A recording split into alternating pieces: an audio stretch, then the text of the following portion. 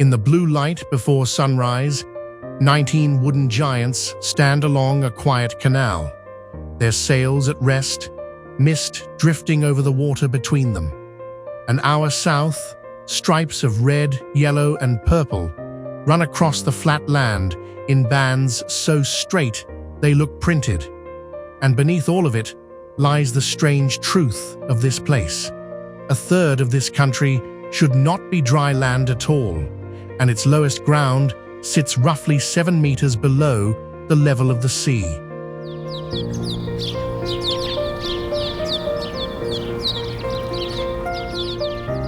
This is the Netherlands, a kingdom of about 17 million people, and by most counts, 23 million bicycles, pressed between the great rivers of Europe and a sea that has never stopped pushing.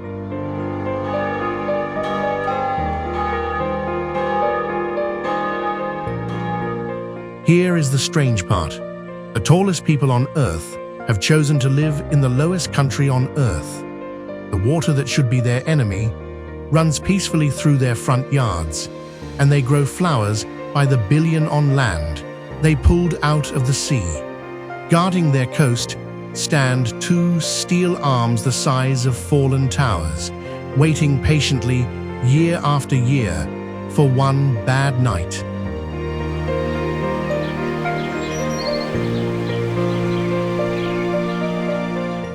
Today, we cross the Netherlands, from a 300-year-old windmill that a family still calls home, to the gates built to catch the North Sea itself, chasing one question. How does a nation hold back the sea for 800 years and stay this calm while doing it? Stay with us to the end, because this land keeps a promise made in 1953, and you will see what keeping it looks like.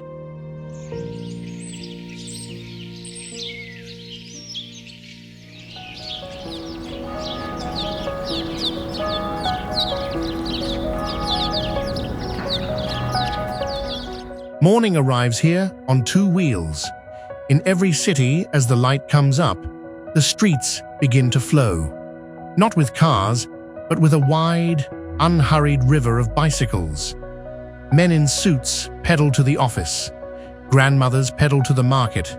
Children pedal to school through the rain, steering with one hand and holding an umbrella with the other, a skill nobody remembers learning.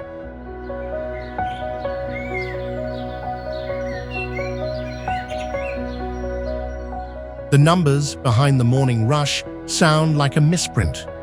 This country, of about 17 million people, owns roughly 23 million bicycles, which means the bikes outnumber their owners with a few million to spare. Toddlers here often ride before they can properly write. Parents ferry 2 or 3 children at a time in wooden cargo boxes bolted to the front of the family bike, and nobody on the street turns to look.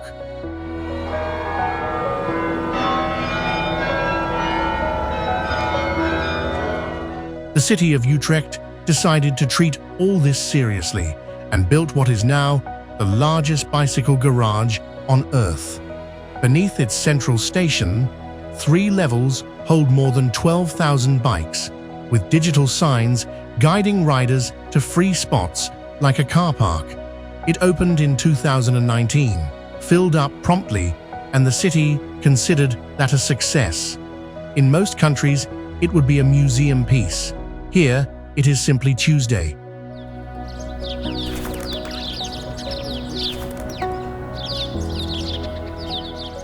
Rain changes nothing. It falls sideways off the North Sea for a good part of the year, and the morning river of bicycles simply puts on a hood and keeps moving. There is a quiet philosophy under all this pedaling. A country with no hills and no space to waste, discovered long ago that the shortest road to anywhere is the one you clear for everyone.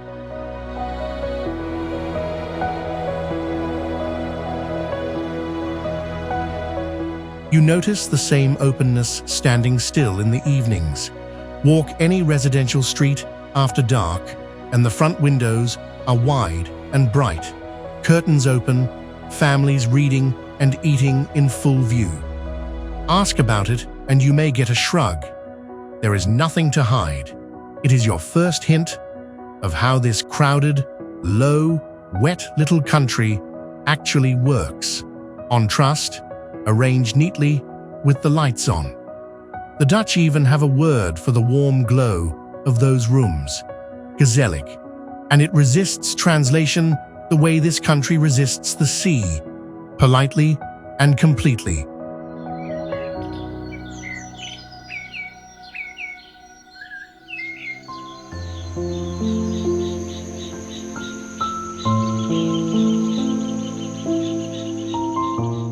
An hour from Rotterdam, 19 windmills stand in 2 quiet rows along the water, where they have stood since around 1740. Tourists photograph them as scenery. That is a small misunderstanding. These are not decorations, and they never ground a bag of flour in their lives. They are pumps. Their job, for nearly 3 centuries, has been to lift water off land that lies below the level of the sea, and to never, ever stop.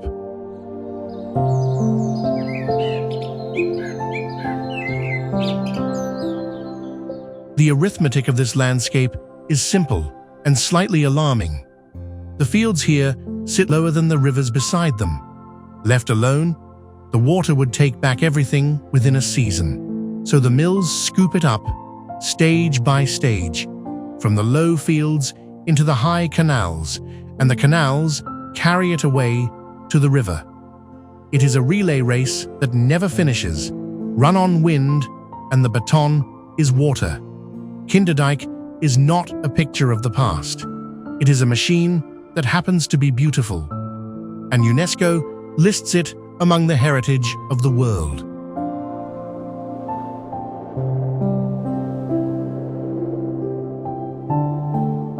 The most surprising part stands behind mill number 5. A family lives there. Ari and Petra Hoek raise their daughters inside the working mill in rooms built around the great wooden shaft, where the sails sweep past the bedroom window like a slow heartbeat. Ari is the 10th generation of his family to keep mills on this canal. The oldest record of a Hoek living in a Kinderdijk windmill dates back to 1746.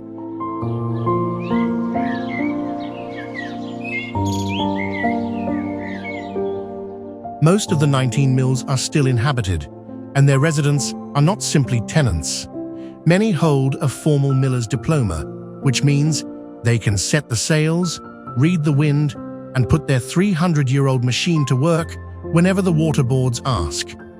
Modern pumping stations do the heavy lifting now, but the mills remain on standby, maintained and ready, like veterans who never fully retired.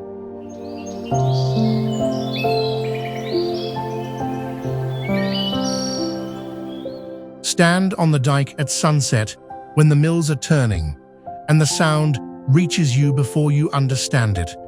A deep, patient sweep, repeated every few seconds, older than the country's borders.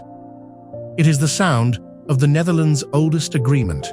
The land stays dry only as long as somebody keeps working. The Hoek family has kept that agreement for 10 generations. This nation, as we will see, has kept it for 800 years.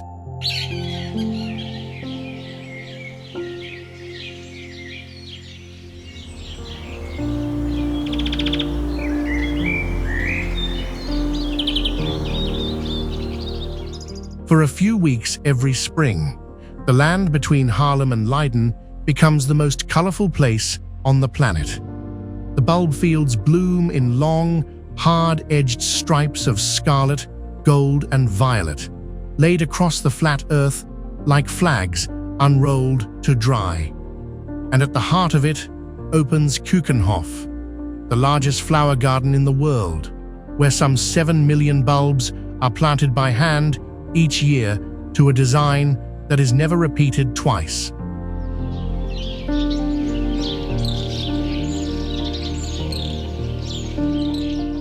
Here is the twist most visitors never suspect. The tulip is an immigrant. It arrived in the 16th century from the Ottoman lands, a rare luxury from the gardens of Turkey. Sultans had prized it, and wealthy Dutch merchants fell for it completely. The cool, damp Dutch soil turned out to suit it perfectly, and a foreign flower became the face of the nation. A very Dutch story when you think about it.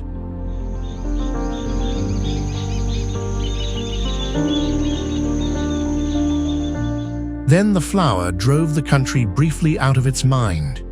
In the 1630s, rare tulip bulbs became a currency of their own, traded on paper, climbing in price by the week, until a single prize bulb could cost more than a fine canal house.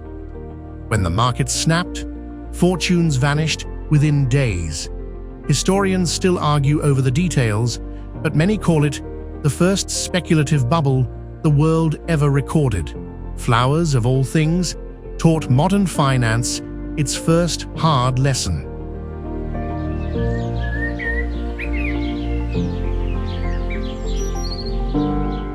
The Dutch even repainted their vegetables. Carrots were once mostly purple, yellow, or white.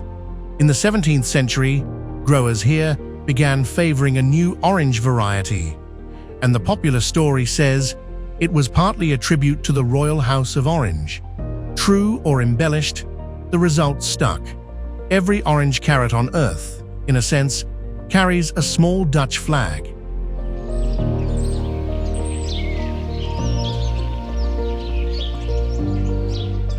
Today, the romance runs on industrial discipline. This small country raises billions of bulbs a year and ships more flowers abroad than any other nation, from auction halls where carts of blooms move like train traffic. Yet drive the back roads in April, and you will still see a grower standing at the edge of a striped field, checking his crop the way his grandfather did, one flower at a time.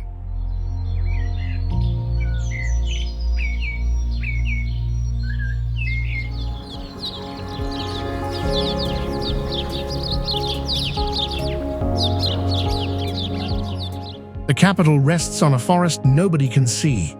Amsterdam's old center was built on soft, wet ground, so its houses stand on wooden piles driven deep into the mud, millions of trunks holding up 4 centuries of brick. The canals they line stretch farther than those of Venice, more than 100 kilometers of them, crossed by some 1,500 bridges, and the whole crescent of waterways is protected as World Heritage.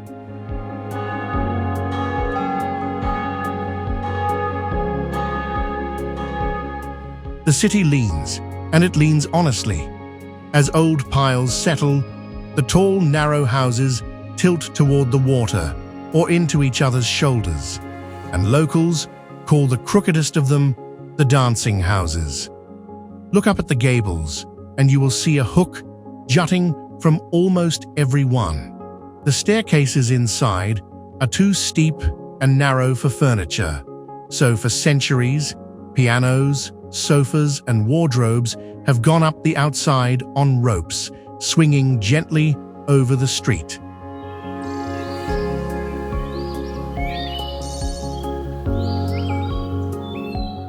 Some of the city's homes are not on the land at all. After the Second World War, with housing desperately short, families moved onto old barges along the canals.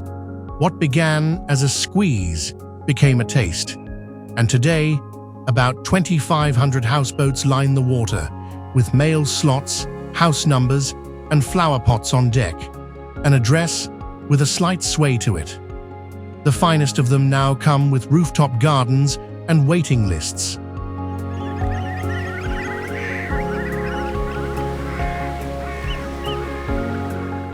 The water even hosts the shopping. Since 1862, the flower market has floated on barges along the single canal, selling bulbs and blooms from the deck. A few streets away rise some of the most crowded walls of art on Earth. By several counts, this city packs more museums into each square kilometer than any other, with Rembrandt and Van Gogh as the hometown names.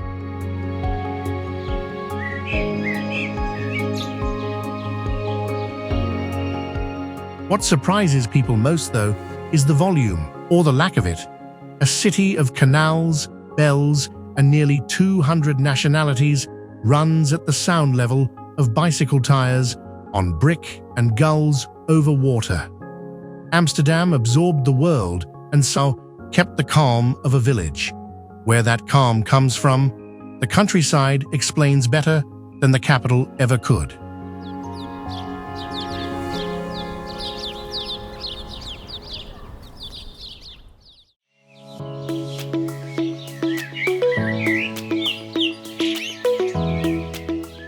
North of the big cities, there is a village where the streets are made of water.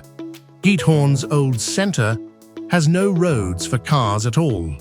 Homes sit on small green islands, joined by narrow canals and more than 100 arched wooden footbridges, and everything a household needs arrives by boat.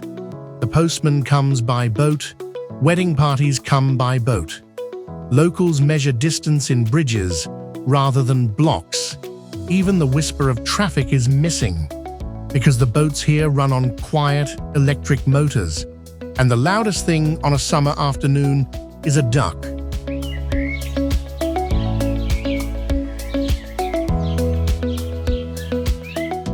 The village was never designed to charm anyone. Centuries ago, peat diggers cut fuel out of this soggy ground, and the pits and channels they left behind filled with water. The canals are simply the scars of hard work, softened by time into something that now looks like a storybook. The Dutch landscape is full of such accidents. Practicality first, beauty arriving later, uninvited and permanent.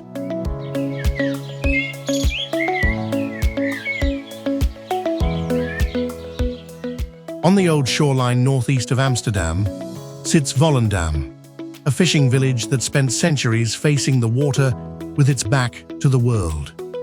Isolation preserved what cities lose: its own dialect, its own songs, and a traditional costume you can still see at festivals. Lace caps and striped skirts, wooden shoes drying by the door. When painters discovered the place in the 19th century, they thought they had found Old Holland alive. In many ways, they had.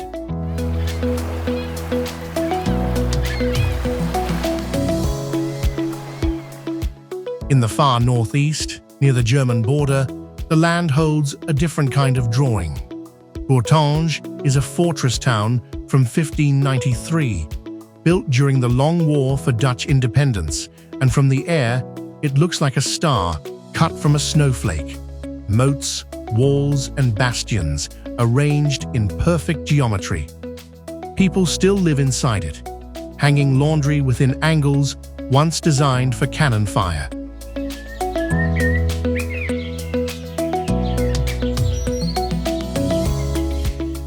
Different as they are, these places share one author. Water decided their shapes, where the streets could run, what the houses could weigh, which direction the danger came from. Elsewhere in the world, towns are drawn by kings and planners. In this country, the ocean and the rivers held the pen, and the Dutch learned to write with them.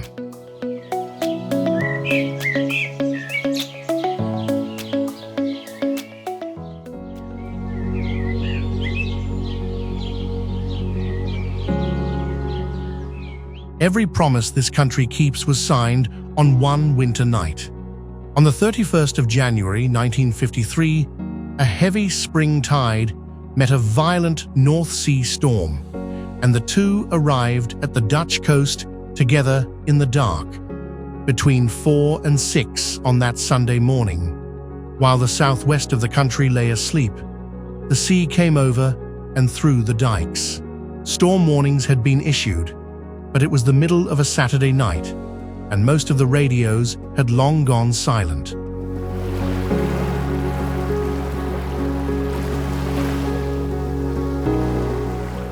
The numbers still stand in the national memory like grave markers. 1,836 people drowned. Whole villages in Zealand disappeared under grey water in a matter of hours, farms and churches with them.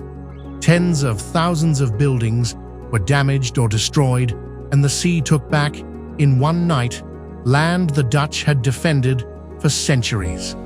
Among the lost were whole families who climbed to their attics in the dark and waited for help that could not reach them in time.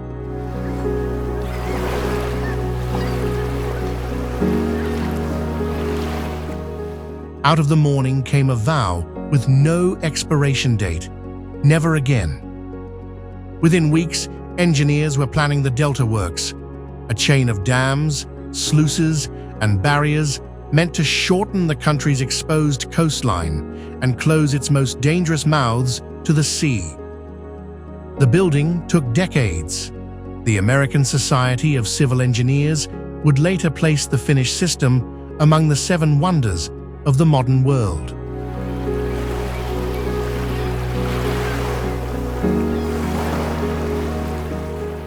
Its crown stands across the eastern Scheldt.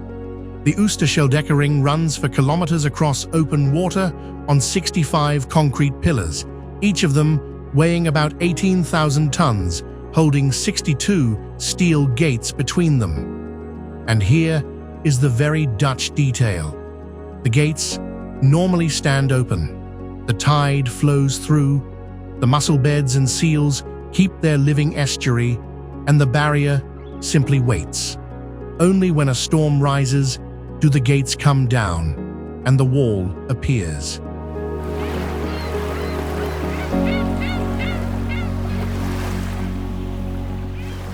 They could have built a solid dam in half the time. They chose the harder design so that nature inside the estuary would not die behind a wall. Protection without strangulation, strength with an open hand. It is engineering, but it is also a portrait of the people who paid for it. They were not trying to defeat the sea. They were setting the terms of the peace.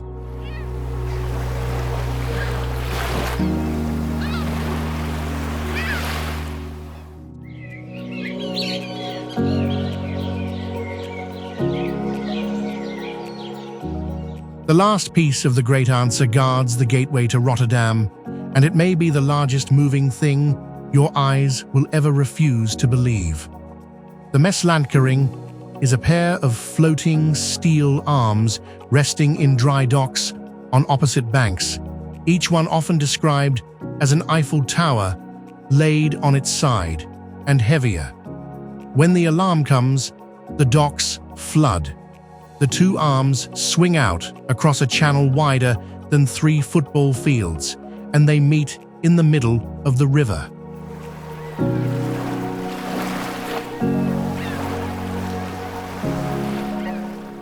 No mayor or minister gives that order. A computer does, watching the sea around the clock, programmed to act the moment a surge crosses the danger line. Every year, in late September, the whole country can watch the giant rehearse.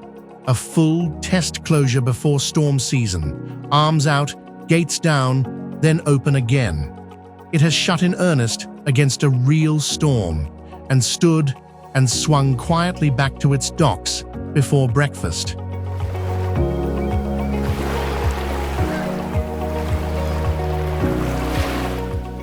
Behind such gates, the Dutch do something even bolder than defense. They manufacture ground. A polder is a piece of sea or lake turned inside out, diked, pumped dry, and handed to farmers. The province of Flevoland, home now to hundreds of thousands of people, lies almost entirely on the floor of a former sea. Its fields are ruler straight, its towns are younger than many of their residents, and its earth still holds seashells. Its capital city did not exist when today's grandparents were born.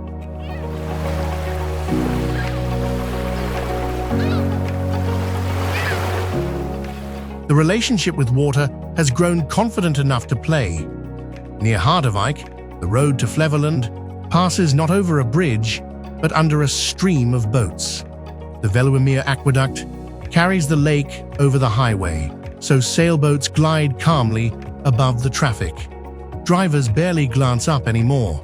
Somewhere, a first-time visitor is pulling over to make sure they saw it correctly.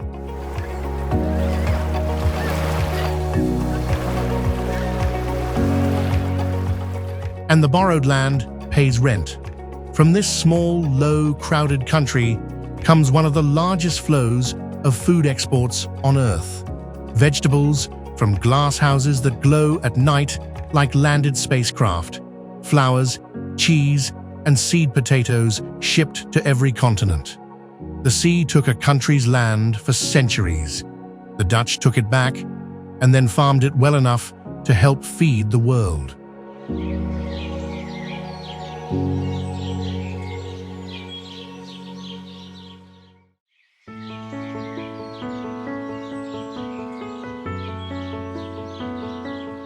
On Friday mornings in Alkmaar, the main square turns to gold.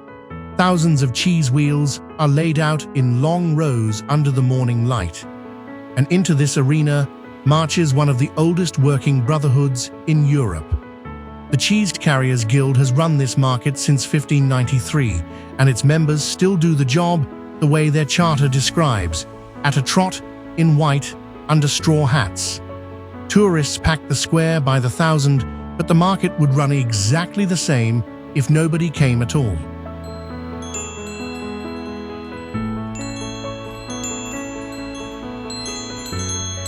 The organization would satisfy an army. 30 carriers serve under the Kaasvader, the cheese father, who wears an orange hat and carries a silver-tipped cane. The men are divided into 4 companies by hat color: red, yellow, green, and blue. Working in pairs, they load 8 wheels at a time onto wooden barrows slung from their shoulders, then run them across the square in a rolling, synchronized stride that keeps the load from bouncing.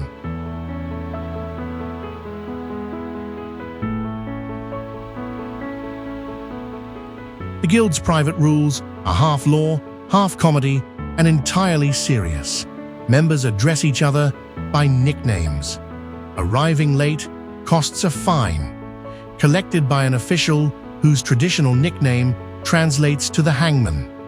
Swearing on the square is forbidden, so when a wheel drops or a barrow slips, the approved outburst is a single loud word: owl. The fines are entered in a book that has been kept, in one form or another, for 4 centuries.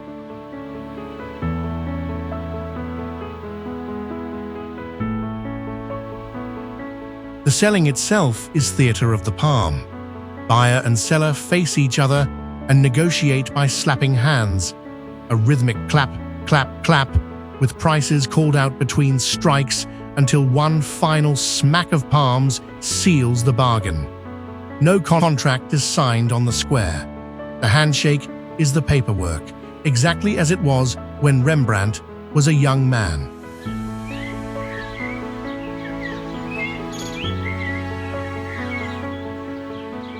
Behind the pageant stands an industry that feeds half the world's cheese boards. Gouda and Edam, both named for towns you can visit before lunch, anchor a national output of hundreds of millions of kilograms a year. But the Guild is the part worth the trip. 400 years old, punctual, allergic to cursing, and still running. Proof that in this country, even tradition shows up for work on time.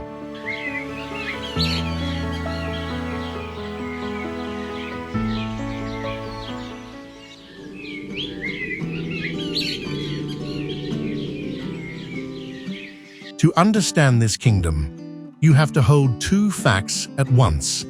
Amsterdam is the capital, but the government, the parliament, and the royal family all work from The Hague.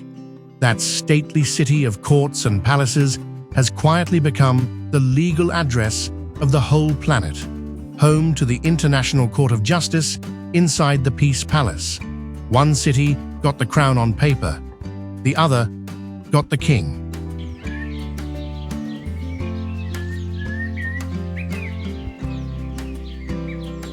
The royal family gave the country more than its politics. Their name, the House of Orange, became its color. On King's Day each spring, the entire nation dresses in orange from canal boats to church towers, and the calmest people in Europe spend one day looking like a nationwide bonfire. The national soccer team plays in orange. The Carrots, as we learned, may owe it their color too. Even the royal family joins the street parties, shaking hands along canals painted the color of their own name.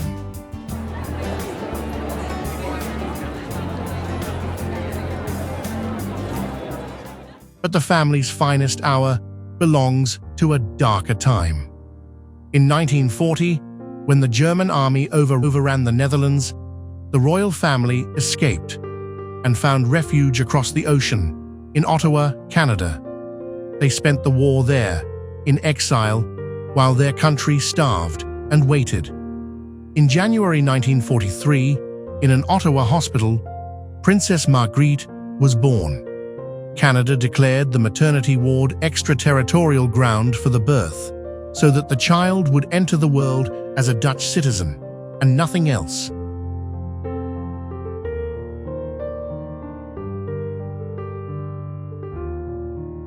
In the spring of 1945, it was largely Canadian soldiers who fought their way through the flooded fields and freed the Netherlands, town by town, at the cost of more than 7,000 Canadian lives.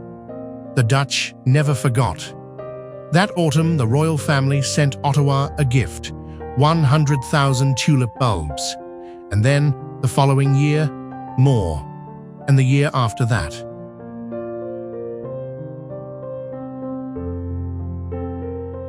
The gift has never stopped. Every year since, tulips travel from the Netherlands to Canada, and every May, more than 1 million of them bloom across Ottawa in one of the largest tulip celebrations on Earth. Princess Margrethe, born on Canadian soil, has returned again and again to open it. Nations sign treaties and let them yellow in archives. This one plants its gratitude in the ground every autumn, and every spring, the thank you blooms again.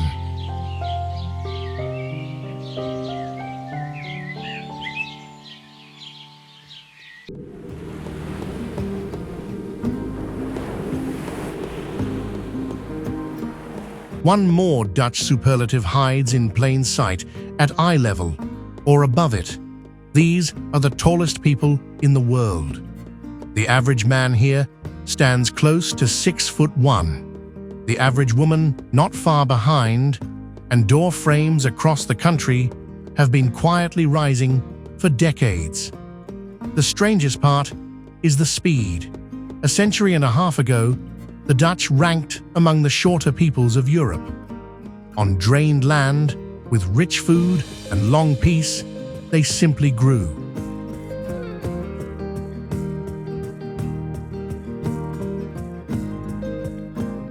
The land they made is now wild enough to be chosen. In 2019, on the forested Veluwe, wolf pups were born on Dutch ground. For the first time in about 150 years, the wolves were not released or invited. They walked in on their own, crossed one of the most densely peopled countries on Earth, and decided it would do. On land pumped dry by human hands, nature has started moving back in. The highest compliment a country like this can receive.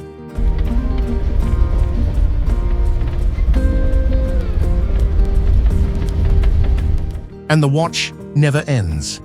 The Kinderdijk mills still stand ready, their millers licensed and willing. The pumps run day and night below sea level, mostly unnoticed, like a heartbeat. Every autumn, 2 steel arms the size of lying towers swing shut across the Rotterdam waterway, just to prove they still can, and swing open again. The Dutch do not talk much about any of this. Vigilance here is a chore like any other. Done well, done quietly, done again tomorrow. The regional water boards that organize it are older than the Dutch state itself, the country's oldest democracies, elected to argue with water.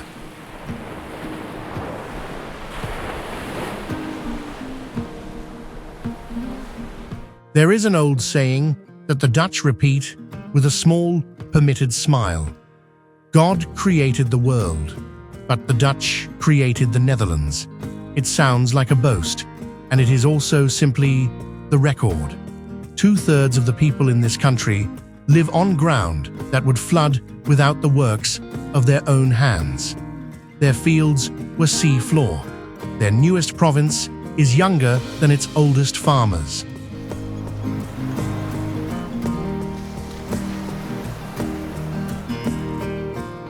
So here is what makes this place unlike anywhere else on Earth. Other nations inherited their land and stand on it without thinking. The Dutch made theirs, pumped it, walled it, planted it, and they hold it the only way it can be held, by keeping every promise every day. Other countries live on their land. The Netherlands lives with it. The sea at the door, the pump in the yard, and the lights on in the window, all night, every night.